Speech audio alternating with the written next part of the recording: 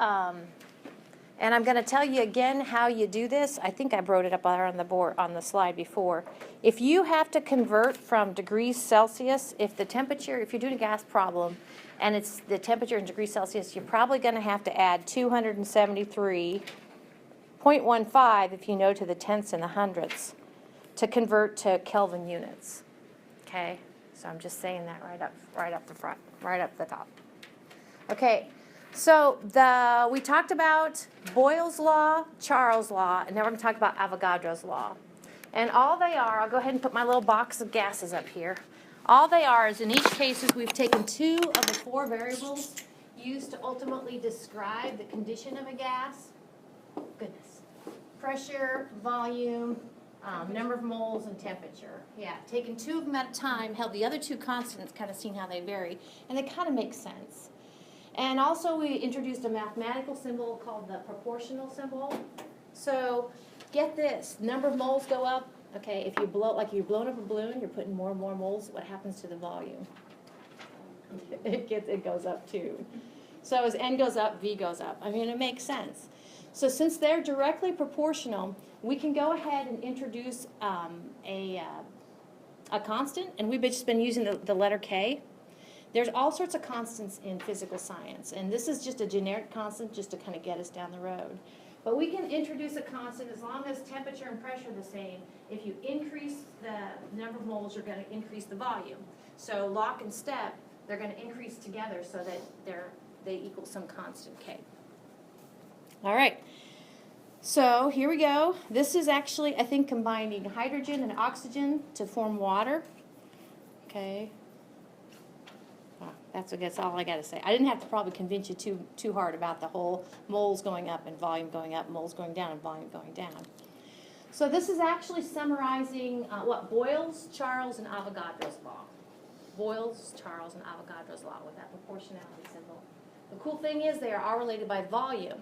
So if we combine the volumes, we say volume is equal to, and then combine the terms on the right, it looks like this. I shouldn't say equal to, I should say proportional to. So volume is proportional to moles, temperature divided by pressure. Okay. Well, what we've been doing with replacing the proportionality symbol with a equal sign and introducing a constant.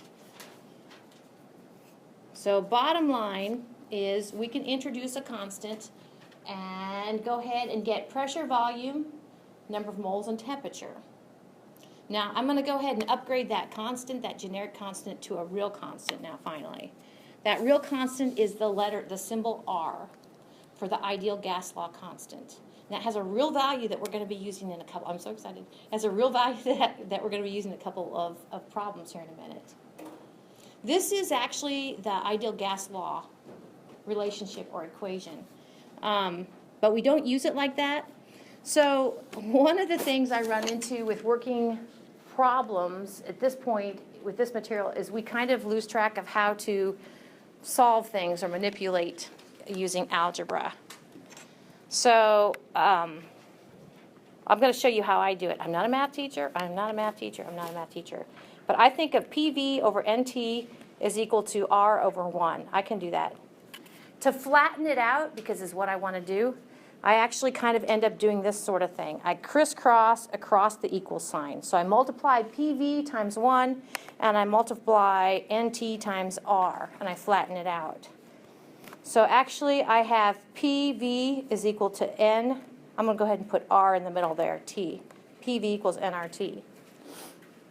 That's usually the form that we use the ideal gas law equation in. It's the same thing.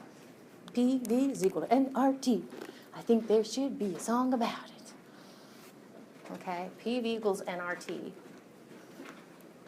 So now, if you've taken physics before, in physics they do a lot of like this. They do a lot of symbols representing properties or characteristics, and then they substitute in what they know, and they solve for what they don't know. And that's exactly what we do in chemistry, using this ideal gas law equation. PV is equal to nRT.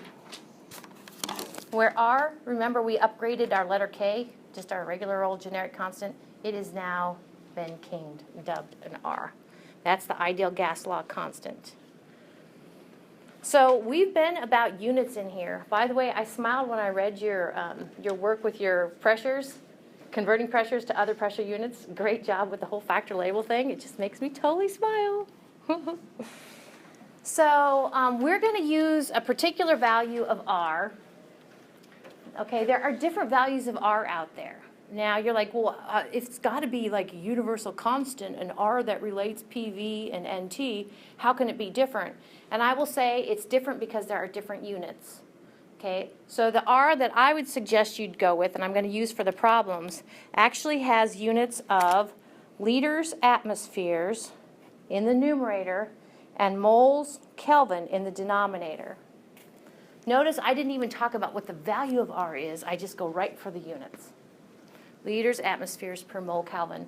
The value of R then is 0.082058. The most common alternate R value, and I think this is the one that I learned it when I was in high school, is not with pressure in atmospheres, but pressure in millimeters of mercury, mmHg. We can actually change this to that really easy, but anyway.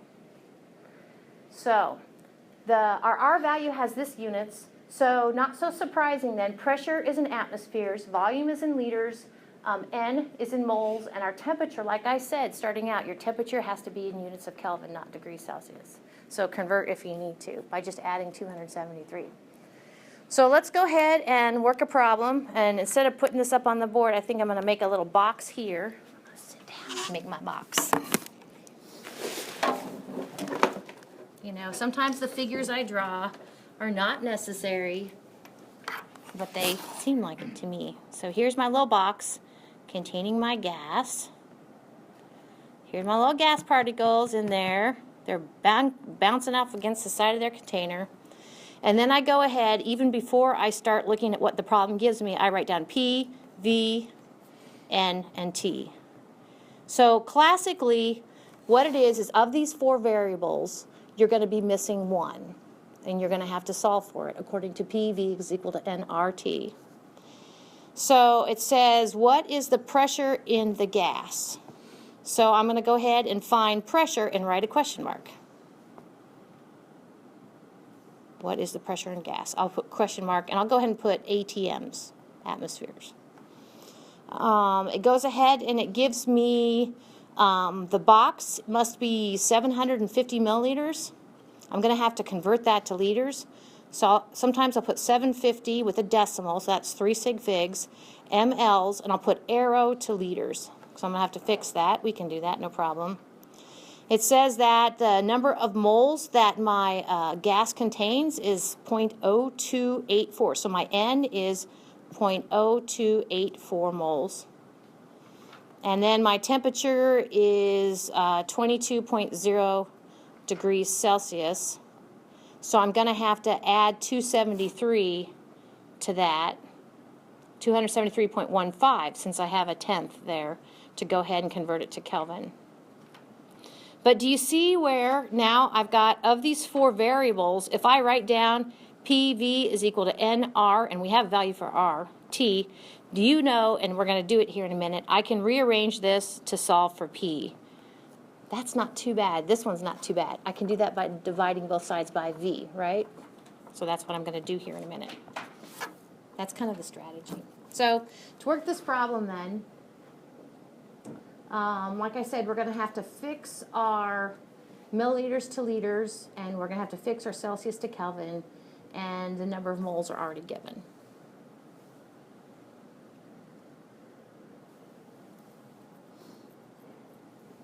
So since this is a multiple choice sort of question for you guys this semester, you won't have to like show your work for this.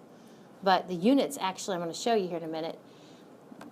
It's what we call dimensional consistency, so you get the dimensions that make sense that you're really after. Okay, so here we go. Let's fix a few things. Oh, first let's rearrange it. We're solving for P. We can do that. Now be careful with your algebra. A really common mistake is this whole algebra thing. Okay, so the number of moles is set. We don't have to do anything there. Our R is set, 0.082058. liters, atmospheres per mole Kelvin. If I was y'all, I would write for your cheat sheet, which isn't cheating because you're encouraged to bring a sheet to your final, I would write a little section. I'd write PV is equal to nRT, and then I would write R is equal to, and I write that value, including the units, and I would also write how do you convert from, bless you, Celsius to Kelvin. All right, now I'm not telling you how to study or anything. So for our Celsius temperature, we got to fix it to Kelvin by adding 273.15. Now, if we only knew the Celsius temperature to the nearest ones, we could just simply add 273. But since we know it to the nearest tenth, we have to actually include that, at least 0.1, 0.2, 0.15. Our volume, okay, we need to go ahead and fix into liters, and we've been doing a lot of that lately. So milliliters, if we take 750 with 3 sig figs, a decimal after the 0, milliliters over 1, multiply that by 1 liter over 1,000 milliliters, okay, then we get 0.750 liters. And do you have to show that? Well, not if it's a multiple choice question, but if it's like the last part, you need to show that, those 8 questions. All right, so now we're ready to plug and chug.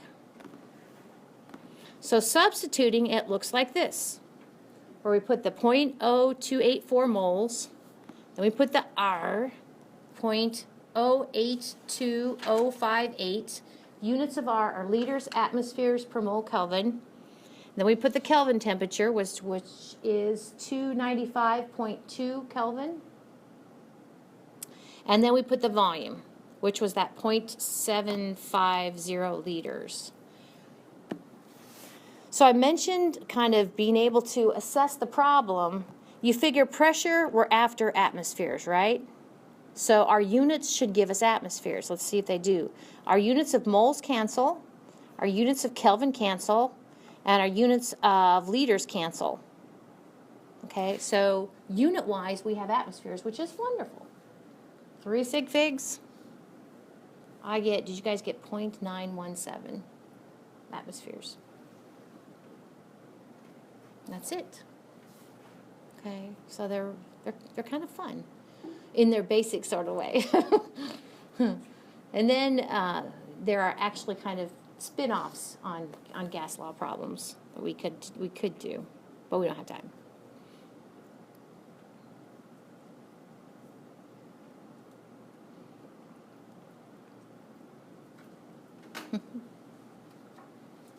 Okay, so very good. Let's do another one, shall we? So here's my little box. Dun dun dun. It is containing a gas. Here's my little gas particles. Make them a little bigger this time. And they have a lot of kinetic energy. They're creating a pressure against the walls of their container. So to understand or to use the ideal gas law equation, I need to know P, V, N, and T. So let's see what we got. Okay, what volume, so I'm going to find my volume and write question mark. I'll go ahead and put liters. What volume will, now, they give they give a mass here. Anytime you're given a mass like this, we know that we can take that 0.20 grams and we know we can get to moles. So actually my N, I'm going to go ahead and put my 0.20 grams here. 0.20 grams. I know that's not moles, but I'm going to go ahead and let's say 0.20 grams. I'll do an arrow to moles. And what do we use to accomplish grams to moles? Molar mass. I'm going to put a little mm there. Very good. Mm, and the gas is CO2. So that's kind of like a little front end calculation we have to do before we can plug into the ideal gas law equation. Let's see. Pressure was given. Unfortunately, it wasn't given in atmospheres. You guys did some of these homework problems and turned them in on Monday.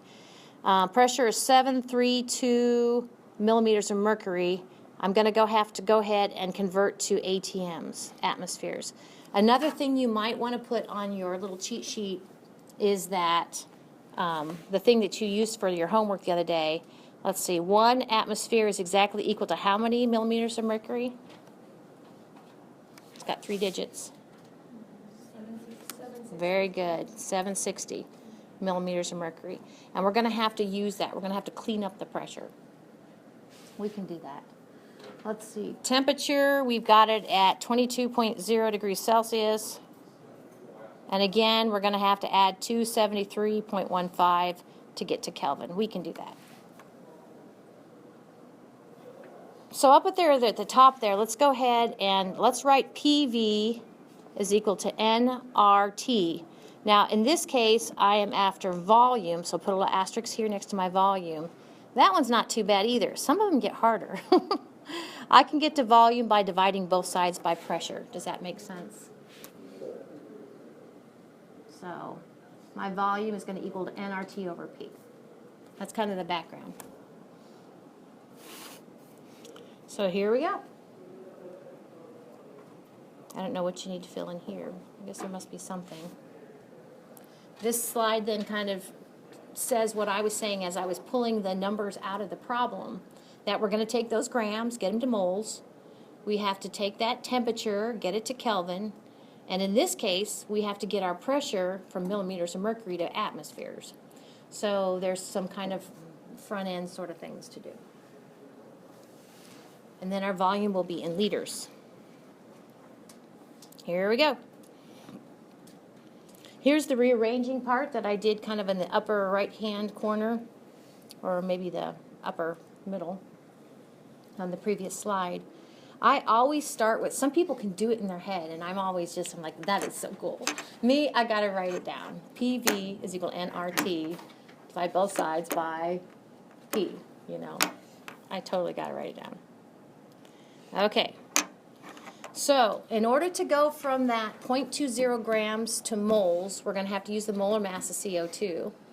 So we know that we can use the periodic table, take 1 times 12.01 for carbon, plus 2 times 16.00 for oxygen. The molar mass is 44.01 grams per mole. You must already have this written down.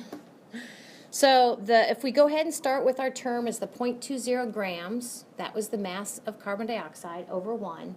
What does the next term look like to have our grams cancel, be left with moles of CO2?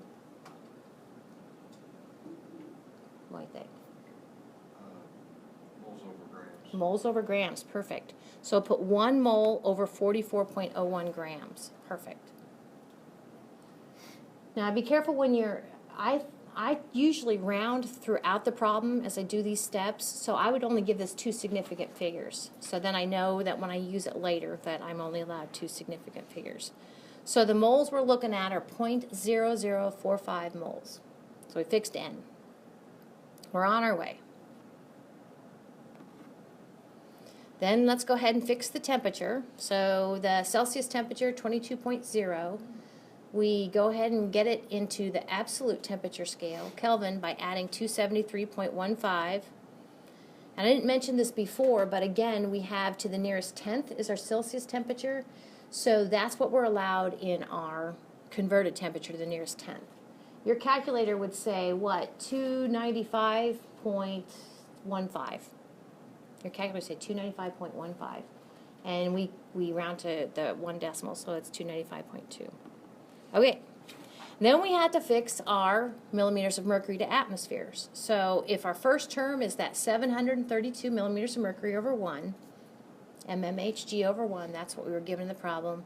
Then you guys told me 1 atmosphere in the top, 760 millimeters in the bottom, millimeters of mercury, excuse me. And we're left with units of atmospheres. And so what we're going to use in our equation is 0.963 atmospheres. So I think we're ready. Ready to plug and chug.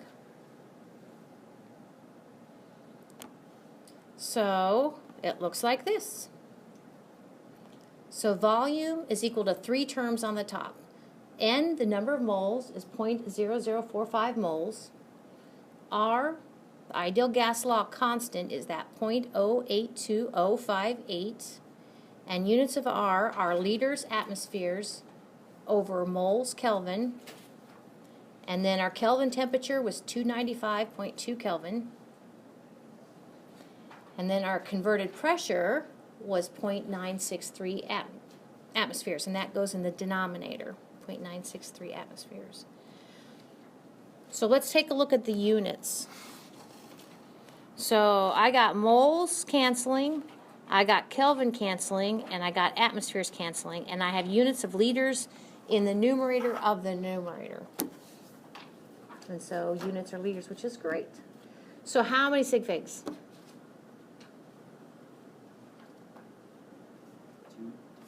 2. Yep, I'm liking it. So did you get this? 0.11 liters. Yay!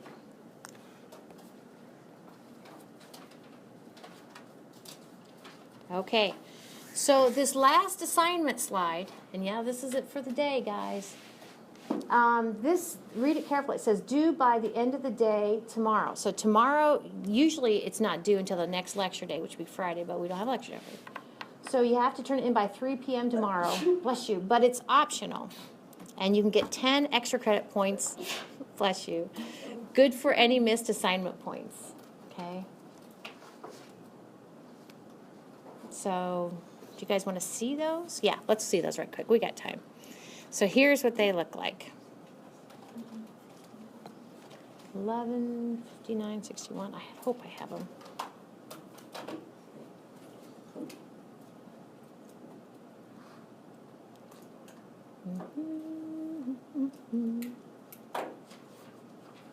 Well, that's not it. Looks like it. Okay. So I just wrote the whole thing up there. Oh my gosh, I even wrote the answer. Well, you can't go wrong with that. Okay. So I'm going to push these out on Twitter. But I know. What's that? It's easy credit. It is.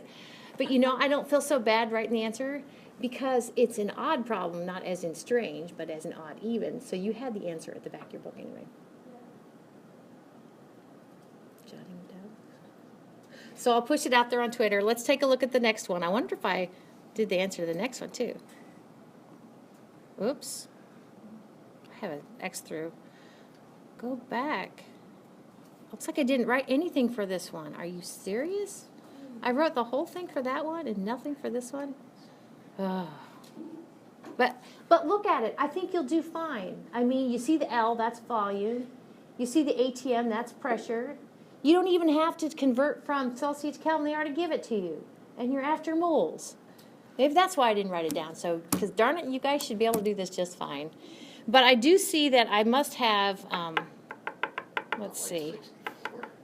What's that? Not like that. You crossed it. I know. Let's see. What is the pressure in millimeters of?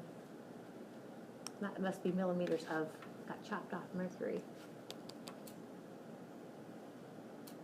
I don't know. You could just do 2 for extra credit. You could do 3 for extra credit. So it must have been last year when I put this up. I didn't like this problem because I don't think we went back and forth between millimeters of mercury and atmospheres. I know. It's that sort of deal. Are there any questions about kind of what I'm after here? Okay. Very good. Well, awesome. We'll see you in lab tomorrow for a gas lab and